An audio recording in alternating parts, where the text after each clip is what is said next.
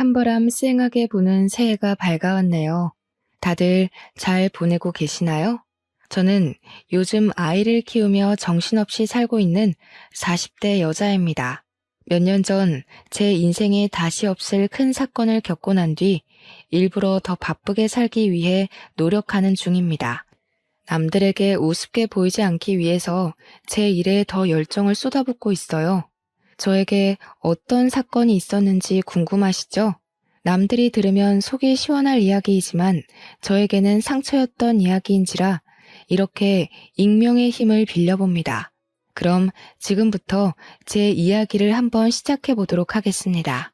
제 남편은 남동생이 하나 있습니다. 도련님이 어릴 적에 어머니께서 사고를 당해 돌아가시고 시부 혼자 남편과 도련님을 키워내셨다고 했어요. 그러다 보니 엄마의 손길이 필요한 시점에 남편이 나서서 도련님을 돌보면서 지냈다고 했습니다. 하지만 나이 차가 아무리 많이 나는 동생이라고 해도 남편도 어린애인데 얼마나 엄마처럼 잘 돌볼 수 있었을까요? 남자 셋이서 살다 보니 가사도 엉망진창이고 세심하게 챙겨줄 사람이 없다 보니 도련님이 학창 시절에 많이 엇나가고 그랬었다네요. 더군다나 시모가 사고를 당한 일도 도련님이 어릴 때 과자가 먹고 싶다고 울고불고 조르는 바람에 시모가 빨리 가서 사온다고 서두르며 집을 나섰다가 사고를 당한 것이었어요. 그래서 남편은 도련님한테 마음의 유감이 상당히 많았던 터라 아무리 챙긴다고 챙겨도 속 안에서 끓어오르는 거부감을 숨길 수 없었던 부분도 있었겠죠. 남편은 후에 그 일을 많이 후회했어요. 그래도 가족인데 다 잊고 받아줬어야 했는데 자기 속이 좁아서 친해질 생각을 못했다고요. 게다가 성인이 된 이후에는 남편이 먼저 손을 내밀기도 어려웠다고 했어요. 대학생인 도련님도 30이 넘은 남편에게 손을 내밀기란 쉽지 않은 결정이겠죠. 어머니의 죽음에 관한 부채감이 남아 있었을 테니까요. 시부는 뭘 했는지 궁금하시죠? 시부는 아무것도 하지 않는 방관자였습니다. 어쨌든 서로는 여기까지 하고 저와 남편의 나이가 32살이었을 때 결혼을 했어요. 그 당시에 도련님의 나이는 딱 21살이었습니다. 저희가 결혼식을 올리기 무섭게 시부가 무책임하게 도련님도 다 컸으니까 본인도 본인 하고 싶은 거 하면서 살고 싶다고 제주도에 작은 집을 구해 내려가셨어요. 자연을 즐기면서 낚시나 하면서 그렇게 노후를 보내고 싶다며 다 버리고 떠나신 거죠. 도련님이 아무리 21살이라고 해도 돈도 없이 어떻게 혼자 대학을 다니면서 살 수 있겠어요. 원래 시부와 남편 도련님이 살던 집을 시부가 내려간 뒤 신혼집으로 꾸미기로 결정이 되어 있었고 도련님도 저희와 함께 더부살이를 하게 되었습니다. 결혼 신혼부부와 함께 살게 된 도련님은 괜히 눈치가 보인 건지 뭔지 2학년을 모두 마친 뒤 군대에 가기로 결정해 놓고는 1학기가 끝나자마자 군대에 입대를 했어요. 저는 마음이 너무너무 불편했죠. 도련님이 눈치 보면서 살 입장은 아닌데 괜히 우리 부부 때문에 군대에 가기로 한 것 같아서요. 하지만 남편은 대면대면하게 굴고 신경 쓰지 않았어요. 고래 싸움에 새우등 터진다는 말처럼 괜히 저만 가운데에서 눈칫밥을 먹으면서 살았죠. 근데 군대에 간 도련님이 또 짠하고 마음 아픈 거예요. 형이라고 하나 있는 건 군대에 간 도련님 신경도 쓰지 않고 시부는 제주도에 있으니 면회 갈 생각도 전혀 없고요. 그게 하나둘 쌓이다 보니까 제가 더 이상은 못 참겠더라고요. 그래서 주말마다 면회를 다니기 시작했습니다. 저희 남편은 뭐하고 저 혼자 면회를 다니기 시작했는지도 궁금하시죠? 저희 남편 직업이 건물을 지을 때 꼭 필요한 건물 안전 기술사예요. 건물 짓는 동안 뭐 부자재를 나른다거나 시멘트를 바르는 직업은 아니지만 건물을 지을 때 필수적으로 이름이 올라가야 하는 직업이죠. 현장에서 하는 거 없이 도면 보고 관리 감독 살짝 해주고 커피 마시면서 유튜브나 보면서 오면 된다고 아주 편하다고 했는데 뭐 실상은 어떨지 잘 모르겠지만요. 근데 이게 기술사라는 직함이 붙다 보니 연봉은 또 어마어마하게 좋은 직업이에요. 물론 시험이 그만큼 어렵고 경력도 꽉꽉 채워야만 해서 시험을 보는 사람은 많아도 합격이 어렵기도 하고요. 아무튼 남편이 주말에도 가끔 불려나가 현장을 확인해야 하기 때문에 주말에 제가 혼자 있는 시간이 꽤 되었어요. 그때 결심을 한 거죠. 도련님 면회라도 가서 내가 이 집안에 녹아들어야겠다 하는 생각을요. 도련님 부대가 경기도 이천 쪽이라 집에서 멀지도 않았고 요즘은 버스 타면 한 번에 가는 동네기도 하니까 일석이조다 싶었어요. 처음에 남편한테 주말에 도련님 면회를 가겠다고 이야기하니 거길 왜 가냐는 식으로 물어보더라고요. 그냥 도련님이랑 친해지고 싶다고 당신이 영 벽을 세우는 느낌이라 도련님이 집에서 편히 못 쉬는 것 같다고 했죠.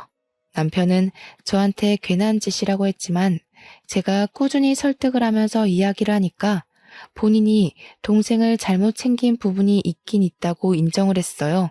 그러면서 도련님이 마음을 열게 되면 자기도 다가가기 좋을 것 같다고 하더라고요. 속으로는 남편이 먼저 노력하는 게 도련님 입장에서도 더 편할 텐데 했지만 남편이 또 나이 차이가 많이 나는 동생한테는 꼰대 같은 모습을 보이는 터라 제가 두 형제의 돈독한 사이를 만들어주기 위한 발판이 되기로 자처했습니다. 제가 처음에 면회를 가니까 도련님이 무척이나 당황해하면서 어쩔 줄 몰라 했어요. 11살이나 차이 나는 형수님이 면회를 왔는데 무슨 이야기를 해야 할지 뭘 해야 할지 막막해 보이더라고요. 저도 면회라는 걸 너무 오랜만에 가봐서 먹을 걸 막 바리바리 싸들고 왔는데 요즘은 그 앞에서 다 사먹고 한다더라고요. 처음 두세 번까지는 도련님이 저를 보고 너무 막막해하는 게 느껴져서 내가 괜히 왔나 싶긴 했는데 칼을 들었으면 무라도 썰어야 하지 않겠습니까? 어떻게든 나를 편하게 바라볼 수 있게 만들어야겠다는 일념으로 계속해서 찾아가서 했던 말 또 하고 했던 말 또 하고 반복을 했죠. 군대 생활은 어때요? 괴롭히는 사람은 없어요? 밥은 잘 나와요? 그런 질문들 있잖아요. 근데 도련님도 되게 군 생활이 외로웠나 봐요. 제가 자주 찾아가고 은근 말동무가 되어주니까 슬슬 자기 이야기도 하나씩 하고 군대에서 있었던 재밌는 일, 억울한 일 다 털어놓기 시작했어요. 대여섯 번째쯤 만남에는 멀리서 환하게 웃으면서 형수님 하면서 달려오는데 그때 딱 가슴에 뭔가 느껴지는 게 있는 거예요. 도련님에게 진짜 가족이 될 수 있겠다. 그런 마음이요. 그 전까지는 저를 불편해하는 마음이 컸다면 이제는 저의 면회를 기다려온 사람처럼 굴어주니까 저도 되게 뿌듯했어요. 나이 차이 11살이 무색하게 은근 대화도 잘 통하고 친해질 수 있는 이야기거리가 많더라고요. 특히 연애 상담이 세상에서 제일 재밌는 거 아시죠? 도련님의 그동안 연애사를 쭉 들으면서 얼마나 재미있었는지 몰라요. 연애하는 그 시간이 너무 짧게 느껴질 정도였어요. 처음에는 시간 언제 가나 계속 시계만 쳐다봤는데 나중에는 벌써 가야 돼? 할 정도로 시간이 순식간에 지났죠. 도련님도 군대라는 외딴 섬에서 지내면서 의지할 곳이 필요했었던 것 같아요. 남편도 시부도 도련님의 의지처가 되지 못하니까 제가 되어주겠다고 마음먹은 거고 도련님은 그걸 받아주었고요. 처음에는 휴가 나와서도 친구네 집에서 지내겠다고 인사만 하고 쓱 사라지곤 했는데 저랑 친해지고 나서부터는 달라졌어요. 집에 들어와서 시간을 보내고 저랑 술도 한잔하면서 못다한 이야기들을 나누기도 했어요. 남편은 그런 도련님의 변화에 매우 놀라워하면서 은근슬쩍 같이 엉덩이 붙이고 앉아서 이야기를 나누기도 했습니다. 도련님도 남편을 어색해하면서도 저라는 교차점이 있으니까 둘 다 슬슬 마음을 열기 시작했고요. 제대를 앞두고 휴가를 자주 나오기 시작한 시점부터는 정말 다른 형제들과 다름없이 둘이 장난치고 노는데 너무 벅차올랐어요. 결혼 처음 할 때 그 어색했던 공기가 무색할 만큼 웃음이 끊이질 않는 집안이 되었거든요.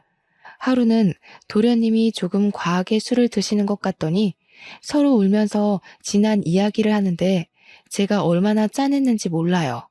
속내를 다 털어놓고 나니 홀가분해 보이긴 했는데 그 이야기들은 절대 가볍지 않은 이야기였어요. 남편은 시모가 그렇게 허망하게 세상을 튼 것이 동생 탓이 아닌 걸 알고는 있었지만 원망했었다고 이야기를 했고요. 도련님도 꼭 자기 탓인 것만 같아서 매번 마음의 짐이었는데 형까지 자기를 대면대면하게 굴고 싫어하는 티를 내니 그게 너무 힘들었다고 했습니다. 서로 마음속 깊이 자리 잡은 앙금을 털어내는데 제가 다 눈물이 나더라고요. 남편과 도련님도 울면서 서로 이야기를 하는데 결국 다 같이 울면서 새로운 화합을 다지게 되었습니다. 물론 다음날 술이 깨고 어색한 공기가 잠시 흐르긴 했지만 남편이 먼저 도련님을 꽉 안아주면서 서로를 이해하고 존중하는 사이로 발전되게 되었어요. 물론 남편은 그 발판에 제가 있음을 인정하고 저한테 참 많이 고마워했습니다. 그렇게 도련님이 군대에서 만기 전역을 했고 복학까지 하게 되었습니다. 알고 보니 우리 도련님이 학창 시절에 노는 친구들이랑 어울린 것 치고는 공부를 꽤 잘했더라고요. 학업에 집중해야 할 시기에 아르바이트를 하면서 시간을 헛되게 쓰는 건 아닌 것 같다는 저의 말에 남편도 며칠을 고민하다가 도련님을 불렀어요.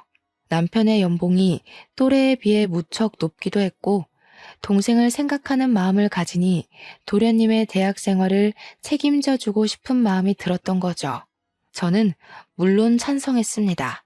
도련님이 공부도 하면서 일도 하고 그러다가 두 마리 토끼를 다 놓치는 건 싫었거든요.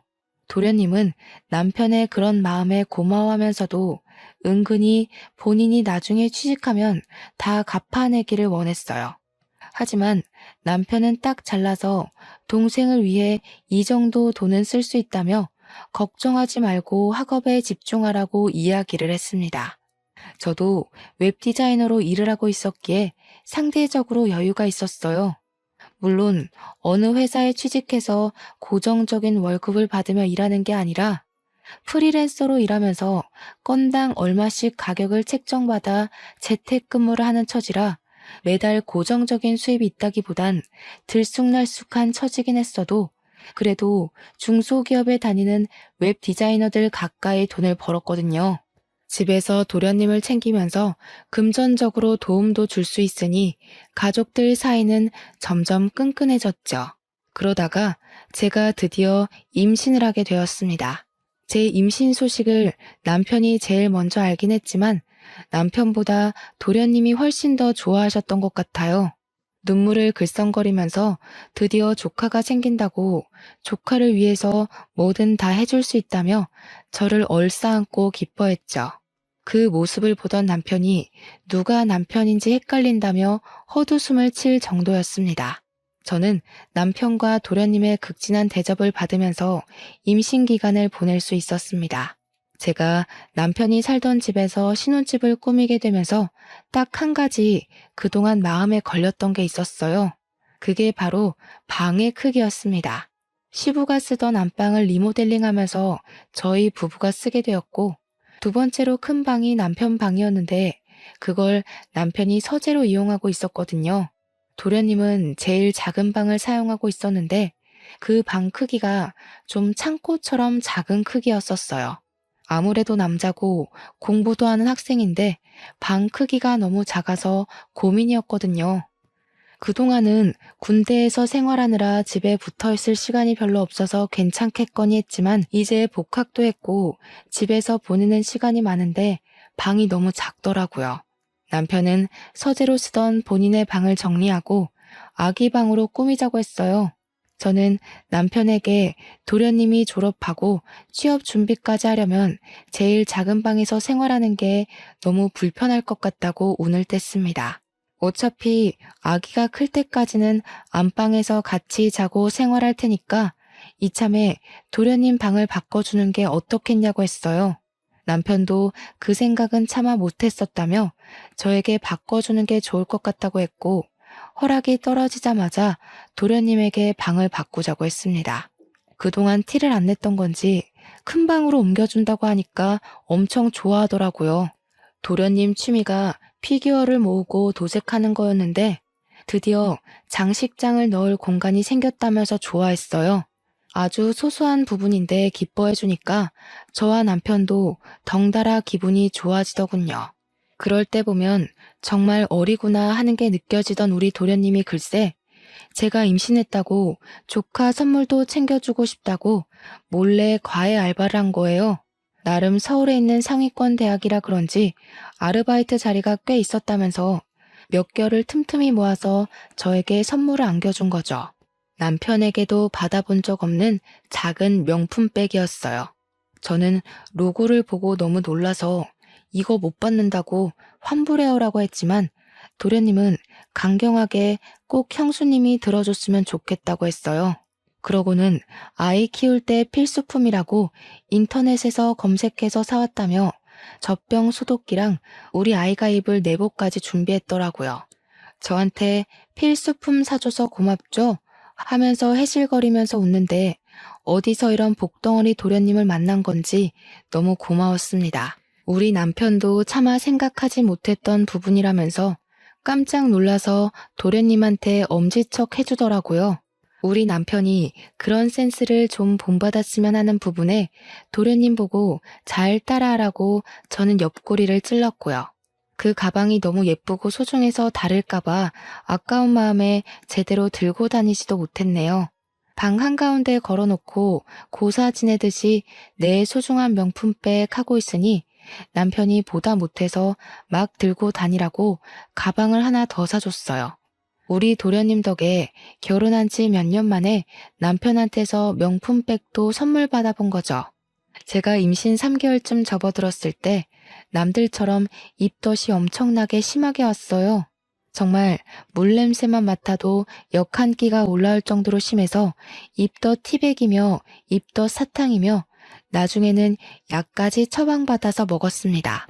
살은 쭉쭉 빠지고 정말 아무것도 생각나지 않고 어지러움도 심해져서 수액을 맞아가면서 하루하루를 버텼어요.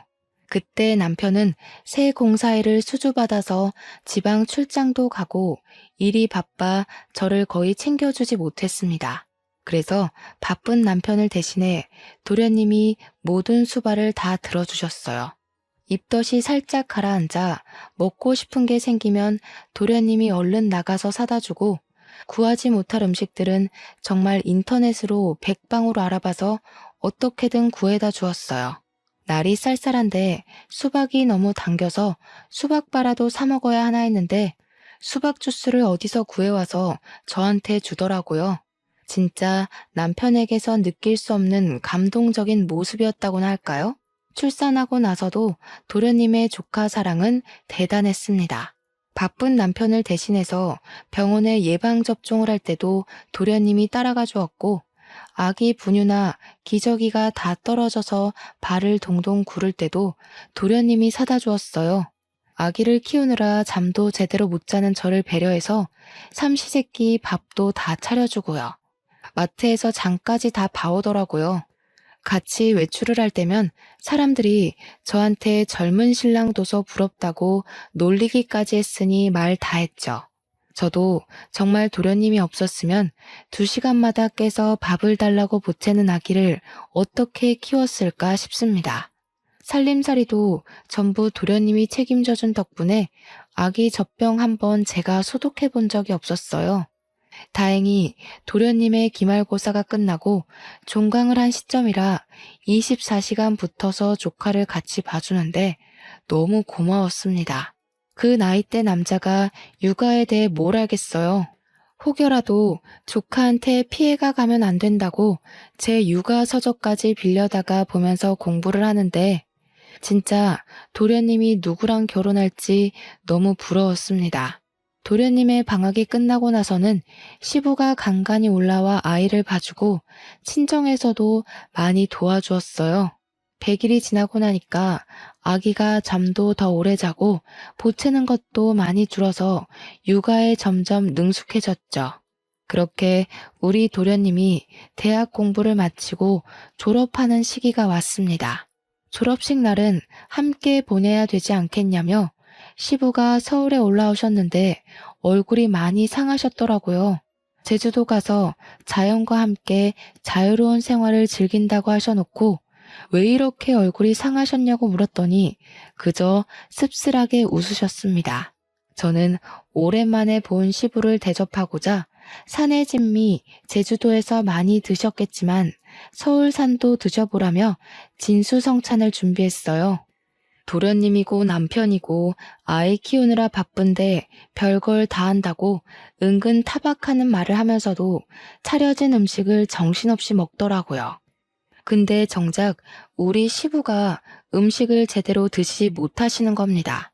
그래서 왜 이렇게 못 드시냐고 속상하다고 했죠.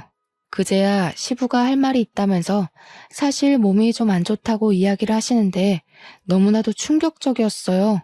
남편도 도련님도 입을 떡 벌린 채 시부가 하는 이야기만 듣고 있었습니다. 살아갈 날이 얼마 안 남은 것 같다면서 그래도 손주는 보고 갈 수 있으니 얼마나 다행이냐고 웃으시는데 눈물이 왈칵 쏟아질 것 같았어요. 제 손을 꼭 잡으시면서 며느리 덕분에 아들들이 사이좋게 지내는 모습 마지막으로 눈에 담고 갈 수 있다며 그동안 마누라 잃은 슬픔에 아들들도 제대로 챙기지 못했다고 저한테 고생했다고 하시는데 눈물바다가 되더라고요. 너무 행복하게 살고 있었는데 갑자기 병으로 아프시다고 하니 가족들이 무슨 이야기를 할 수 있겠습니까?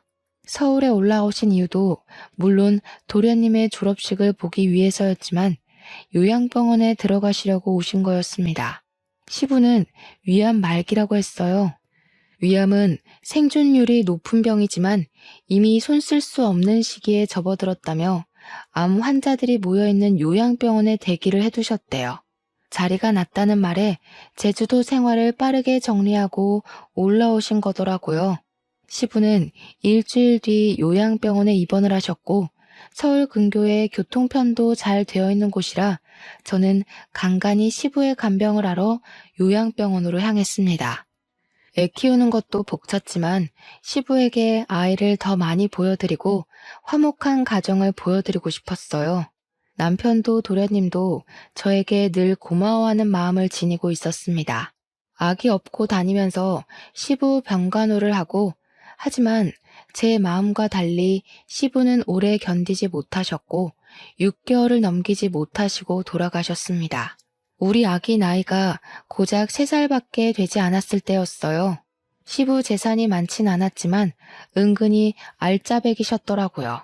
남편하고 도련님이 뚝 잘라서 반씩 나눠가지고 제주도에 작은 땅이 하나 있다고 해서 그 땅을 정리할 겸 다 같이 제주도 여행을 떠났습니다.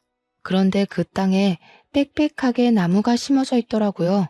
이 나무를 어떻게 처리하지 하고 있었는데 알고 보니 그 나무가 조경에 많이 쓰이는 나무고 부르는 게 값인 나무였어요. 땅값보다 몇 배나 더 비싼 나무였던 거죠. 빽빽하게 심어진 나무를 팔고 나니까 억 단위 돈이 생기더라고요. 그 돈이 통장에 찍힌 걸 보고 남편이랑 도련님이랑 저랑 셋이 얼마나 얼떨떨했는지 몰라요. 도련님은 2년이 조금 안 되는 시간 동안 취업 준비를 해서 대기업에 당당하게 입사를 했어요. 원래도 공부를 잘하고 또 나름 좋은 대학을 나왔으니까 대기업에 입사하는 게 당연하다고 생각은 했지만 도련님의 노력 없이는 힘든 일이었죠. 그런데 제가 모르던 사실이 있었던 거죠. 도련님이 직장 내에서 나름 인기도 좋고 서글서글하니 굳은 일도 잘하는 타입이었는데 그걸 시기 질투하던 무리가 있었던 겁니다. 하필 그 무리가 프로젝트에서 좋은 성과를 따냈고 도련님을 슬슬 무시하기 시작하면서 직장 내 괴롭힘이 시작된 거예요. 도련님이 어느 날부터 살도 너무 빠지고 원형 탈모가 생길 정도로 괴로워하더라고요. 남편은 그런 도련님에게 어딜 가든 너를 좋아하는 사람만 존재할 수 없다고 버텨내라고 했지만 저는 그런 도련님을 차마 지켜만 보기 너무 힘들었어요. 도련님에게 버티는 게 능사는 아니다. 버티면서까지 대기업이 꼭 좋은 모습만 있는 건 아니지 않냐고 은근슬쩍 자격증 이야기를 꺼냈습니다. 남편처럼 기사 자격증을 따서 일을 하다가 기술사 자격증까지 노려보는 건 어떻겠냐고요. 기술사를 따려면 아무래도 기사 경력이 인정되어야 하기 때문에 시간이 걸릴 순 있지만 결과적으로는 괜찮은 직업 아니냐고 했죠. 아직 도련님 나이가 젊기도 했고 충분히 가능할 거라고 생각했어요. 도련님은 정말 제 말에 용기를 얻은 건지 힘들게 입사한 대기업에 사표를 내고 공부에 몰두하기 시작했습니다. 첫 시험에서 기사 자격증을 따냈고 일을 시작했는데 같은 길을 걷겠다는 동생이 내심 뿌듯했는지 남편이 여러 방면으로 잘 이끌어 주었어요. 남편이 수주받은 건물 현장에 일손이 부족했는지 도련님에게 이야기를 하더라고요. 현장 사람들에게도 추천을 해서 도련님은 남편과 같이 일을 하게 되었습니다. 조건도 괜찮고 월급도 괜찮고 남편이 관리직으로 있는 회사나 다름없어서 그런지 도련님에게 다들 친절하게 군다고 했어요. 도련님도 남편이랑 같이 일을 하기 시작한 뒤로 출퇴근도 같이 하고 점심도 같이 먹고 꽤 즐거워 보였거든요. 그런데 한두 달 지나고 나서부터는 도련님이 또 점점 말수가 줄어들고 저한테도 대면대면하게 구는 겁니다. 늘 살갑게 저에게 말을 걸어주던 도련님이 갑자기 찬바람 쌩하니 부니까 저도 좀 이상했어요. 혹시 직장 내 괴롭힘이 옮긴 회사에서도 있는 건가 싶기도 했고 남편이 관리직이니까 저한테 말을 못해서 저러나 자꾸 눈치를 보게 되더라고요. 저를 피한다는 느낌이 딱 들었는데 곰곰이 생각해보니까 또 이상한 거예요. 직장 내 괴롭힘이 이유라면 굳이 저를 피할 이유가 있을까요? 그렇게 살얼음판 같은 몇 주가 지나고 도련님이 대뜸 분가를 하겠다고 선언을 했어요. 제가 왜 그러냐, 지금도 잘 살고 있지 않냐, 우리 딸이 서운해할 거고 나도 서운할 것 같다고 달랬어요. 근데 도련님이 딱 잘라서 자기도 벌써 30살인데 자리도 잡았고 혼자 살고 싶다고 하는 겁니다. 우리 딸이 몇 년 더 지나서 초등학생이 되면 다 큰 삼촌이랑 같이 사는 것도 불편할 것 같다고 하고 딸은 아직 어리니까 삼촌이랑 못 노는 거냐고 울고불고 하는데 도련님 입장을 생각해보면 우리 딸이랑 놀아주느라 주말에도 못 쉬고 하니까 도련님 생각을 하면 자취하는 게 낫겠다 싶더라고요. 집 근처에서 자취할 거죠? 하고 물어보니까 이번에 대구에 있는 회사에 좋은 조건으로 취직을 하게 되었다면서 대구로 간다는 겁니다. 거기 가면 아는 사람도 없고 기술사 공부나 차근차근 해서 시험 준비도 하고 싶다고. 대구가 너무 멀다 싶었지만 KTX 타면 또 2시간 거리니까 알겠다고 할 수밖에 없었어요. 도련님은 서둘러서 자취 준비를 했고 저는 은근히 미심쩍었지만 보내줘야 했죠. 제가 엄마도 아니니까요. 그런데 도련님이 자취를 시작한 이후 저랑 연락이 잘 안 닿더라고요. 맨날 잤어요. 바빴어요. 공부했어요. 이러는데 막말로 제가 뭐라고 도련님한테 닥달을 할 수 있겠습니까? 그렇게 또 어영부영 몇 년이 흘렀습니다. 남편은 여전히 일이 바빠 시간 내기가 어렵고 도련님의 연락은 정말 가뭄에 콩나듯 생존 신고만 하는 정도로 왔어요. 어느 날 갑자기 남편이 대구에 출장을 가게 되었다면서 가는 김에 도련님 보고 주말에 올라오겠다고 하더군요. 그래서 저도 주말에 같이 대구에 갈까? 하니까 일 때문에 가는 거라고 딱 잘라서 오지 말라고 했어요. 서운했지만 나중에 따로 가겠다고 했죠. 주말이 되어서 오랜만에 도련님한테 전화를 했어요. 도련님이 반갑게 받아주길래 형 잘 만났어요? 맛있는 거 먹었어요? 하니까 네? 하고 대답을 하는데 느낌이 딱 쎄한 거예요. 우리 남편이 대구에 간 사실조차 모르는 그런 느낌이 났다고 할까요? 그래서 도련님, 우리 남편 안 만났어요? 도련님 본다고 대구 갔는데? 하니까 도련님이 무척 당황했어요. 아, 이러면서 대답을 못하는데 뒤통수 팍 맞은 느낌이 나더라고요. 도련님 뭐 알고 있는 거 있냐? 나한테 다 말해달라니까 자기는 아무것도 모른대요.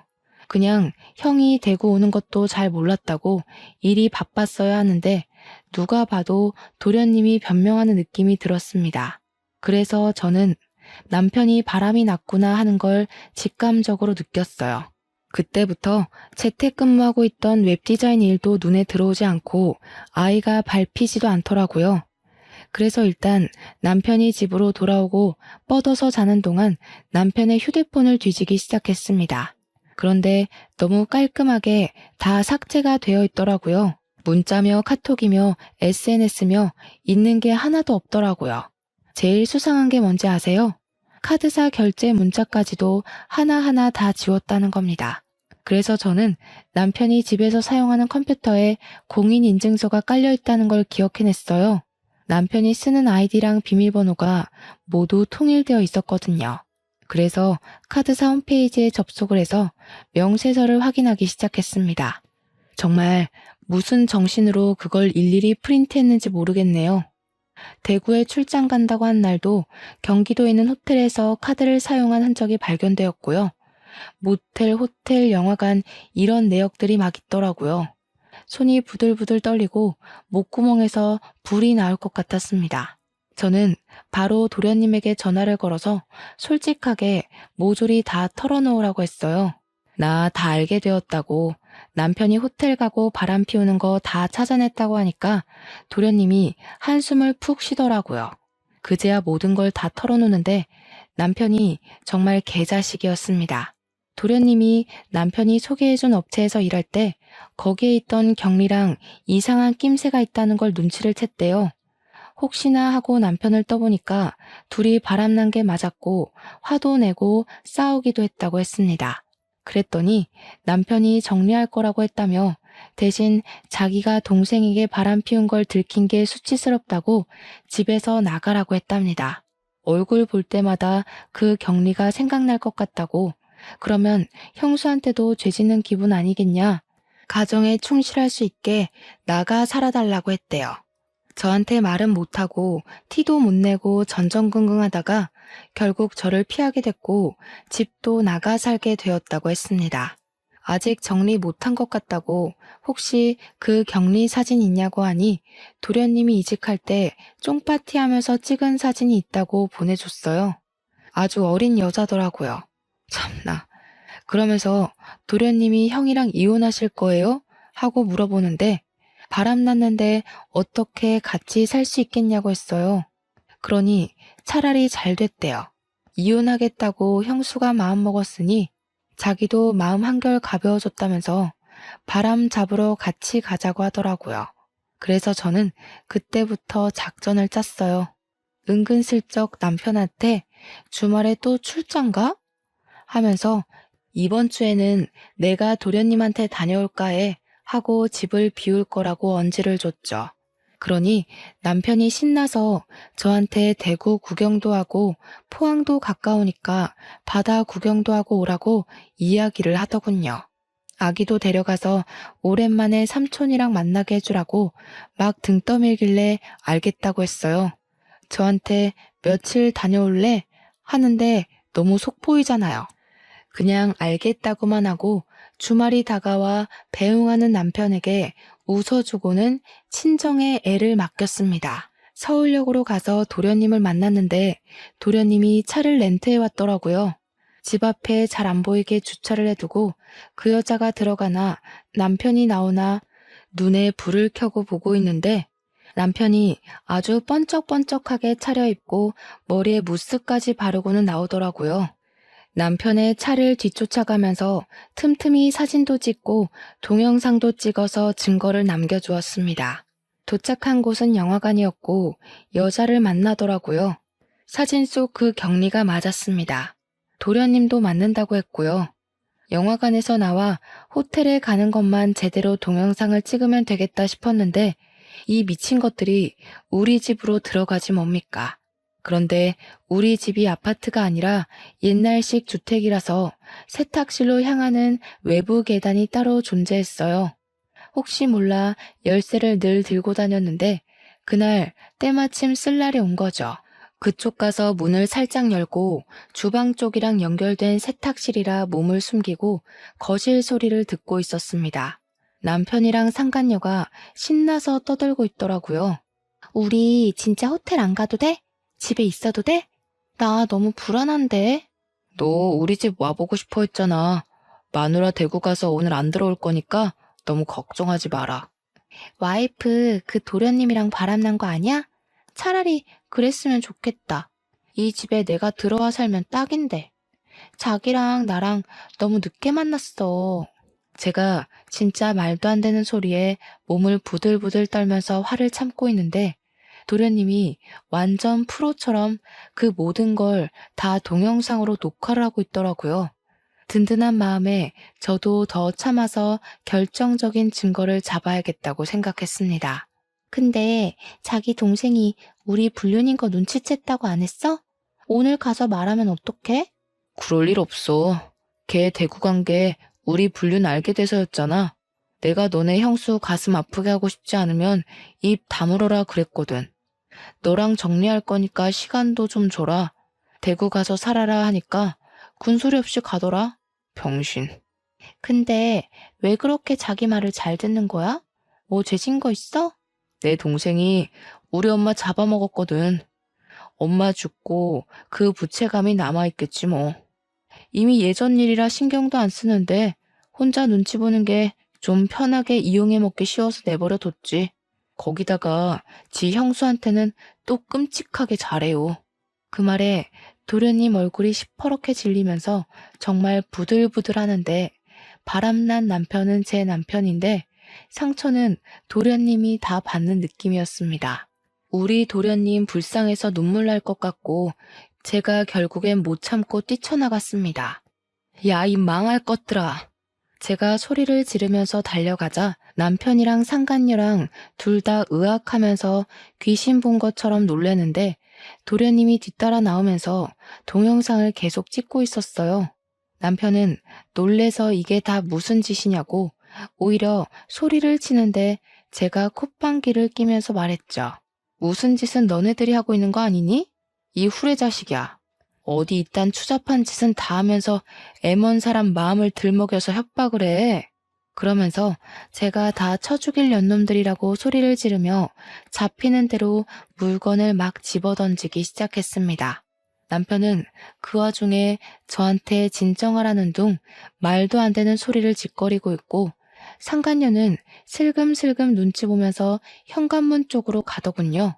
시부가 남겨준 집에서 가족 사진이 저기 떡하니 걸려있는데도 바람이 피고 싶은 건지 아니면 바람을 피우고 있기 때문에 눈에 보이는 게 없는 건지 정말 저는 남편에게 이 집에서 전현이랑 뭘 하려고 했냐고 막 추궁했어요. 남편이랑 상간녀 둘 다 아무 말도 못하고 뻘뻘 땀만 흘리고 있더라고요.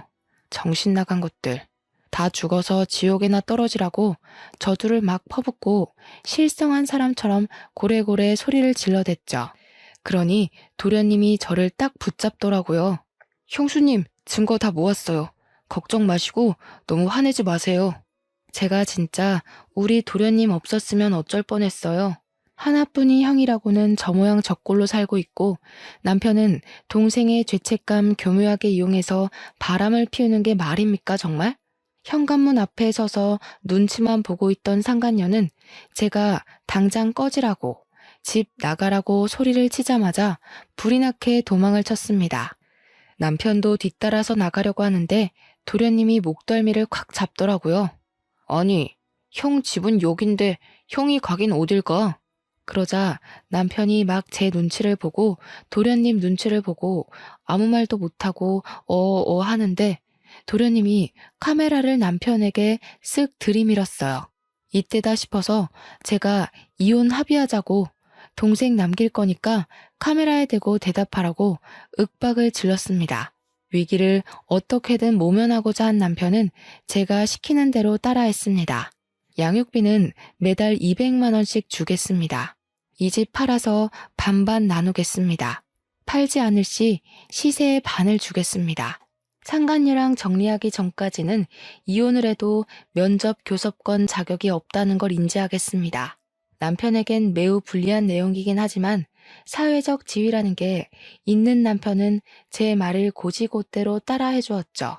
저는 다음날 도련님과 함께 이혼 전문 변호사를 찾아갔습니다. 도련님이 똑부러지게 동영상의 남편의 육성으로 이름, 나이, 주소, 주민번호 이런 것들을 다 말하게 시킨 덕분에 법적 효력을 인정받았습니다. 동영상 증거가 이혼에 아주 유리하게 작용했고 재산 분할 소송도 당연히 걸었습니다. 변호사가 이혼 전문 변호사라더니 정말 똑부러지게 일을 잘하더라고요. 상간녀 소송까지 걸어서 합의금 두둑하게 받자고 하시길래 변호사님 믿고 소송을 걸었습니다. 상간녀 소송에서 승소하고 합의금 3천만 원을 챙긴 저는 이대로 끝낼 수 없다는 오기가 생겼어요. 그래서 상간녀 동네에 플랜카드 현수막을 만들어 걸었습니다. CC동 유명 상간녀 김모 씨 딸, 평생 수치심에 찌들어 살아라 하면서 아파트 입구에다가 걸어놓았고요. 상간녀 사는 동 우편함에 일일이 상간녀 소송 걸린 거, 제가 이긴 거 쫙 프린트에다가 넣어두었습니다. 상간녀도 악에 바쳤는지 뭔지 저를 명예훼손으로 소송을 걸었더라고요.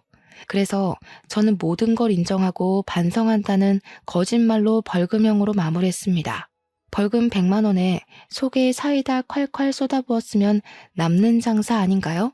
남편과 이혼 소송은 집 반값을 통장으로 받고 위자료도 나무 팔았던 돈을 가지는 걸로 끝냈습니다. 남편이 그 돈 한 푼도 안 쓰고 내버려뒀더라고요. 시부가 주는 돈이다 생각하고 제가 챙기게 된 거죠. 양육비는 아쉽게도 200만 원까지는 받을 수 없었지만 120만 원에 합의를 하게 되었습니다. 당연하게도 남편과 도련님은 절연을 하게 되었어요. 남편이 추후에 어떻게 저를 도와 그런 발칙한 짓을 할 수 있냐며 도련님한테 욕을 엄청나게 했대요. 찾아와서 때리는 신용도 하고 눈에 띄면 뭐 발목을 분질러 버리겠다는 둥 저열한 협박은 다 했더라고요. 물론 도련님은 그 모든 통화 녹음본을 들고 경찰을 찾아가 접근 금지 신청도 냈고요. 결국 대구 생활도 청산하고 우리 친정집 근처로 이사를 오게 되었습니다. 저와 남편과 살던 집에서 모든 짐을 정리하고 친정에 들어와 살게 되었거든요. 이혼하고 돌아간 게 너무나도 면목 없고 죄송스럽지만 육아를 도와줄 수 있는 손길이 필요하긴 해서 어쩔 수 없이 결정했습니다. 도련님은 친정 근처에 자리를 잡은 뒤 저에게 꾸준히 요청을 했어요. 저희 딸 공부하는 거 도련님이 지원해주고 싶다고 말이죠. 받은 유산도 있고 하니 살림살이 넉넉하다고 하는 겁니다. 본인 대학 등록금부터 취업 활동할 때까지 용돈도 주고 일일이 챙겨준 게 다 형수가 한 거 아니냐면서 은혜 갚고 싶다고 말하길래 그러지 말고 앞으로는 비밀 없이 힘든 거 있으면 다 말해달라고 했어요. 가끔 조카 용돈도 주고 저 맛있는 것도 사주고 그래주면 고맙겠다고. 애 양육은 제가 해야 하는 게 맞고 전 남편이 해야 하는 거라고 이야기했죠. 전 남편과 절연까지 한 마당에 의지할 곳은 저뿐이라며 앞으로도 잘 지내자고 너스레를 떨었습니다. 정말 가족처럼 아직까지도 잘 지내고 있는 중이고요. 전 남편은 결국 상간녀 소송 걸려서 집안 망신 시킨 거부터 시작해서 돈 물어주고 양육비 매달 줘야 하는 거 등등 상간녀랑 피 터지게 싸우고 헤어졌다고 하더라고요. 세기의 사랑인 척 하더니 얼마 못 가 파국을 맞았다는 소식에 얼마나 고소했는지 모릅니다. 우리 친정에서도 도련님을 아들처럼 생각해 주시기로 했어요. 이제는 누나 동생 하는 사이로 지내며 지난주에도 집에서 밥 먹고 갔네요. 좋은 여자 만나서 장가갈 때까지 제가 옆에서 가족처럼 의지처가 되어주려고 합니다. 도련님 덕분에 저도 앞뒤가 다른 인간이랑 이혼하고 새 출발할 수 있게 되어 너무나도 기쁩니다. 앞으로도 의좋은 사이로 잘 지내보겠습니다. 사연 들어주신 여러분 감사합니다.